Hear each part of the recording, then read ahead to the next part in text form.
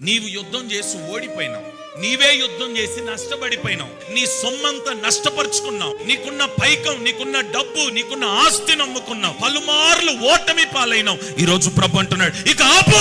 కొన్నిసార్లు నీ వ్యతిరేకస్తులతో, నీ శత్రువులతో, వారితో బదులివ్వలేక, మాట్లాడలేక, వారికి ఎలా జవాబు ఇవ్వాలో తెలియక, వారికి ఎలా మాట్లాడితే వారు మన మాట వింటారో అర్థం కాక కొన్నిసార్లు మౌనమైపోయినావు కదా.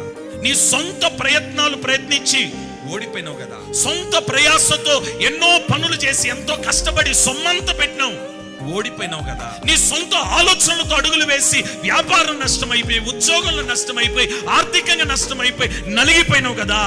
ప్రభు అంటున్నాడు, కాపు. ఇప్పుడు వరకు నీ సొంత ప్రయాస, నీ సొంత యుద్ధం, నీ సొంత ప్రయత్నం నువ్వు చేస్తున్నావు, ఆపే. ఈ రోజు వచ్చి బండ మీద నిలబడు. ఈ రాత్రి నుండి నేను దిగి వచ్చి పరాక్రమశాలిగా నీ కొరకు నేను యుద్ధము చేయబోతున్నాను.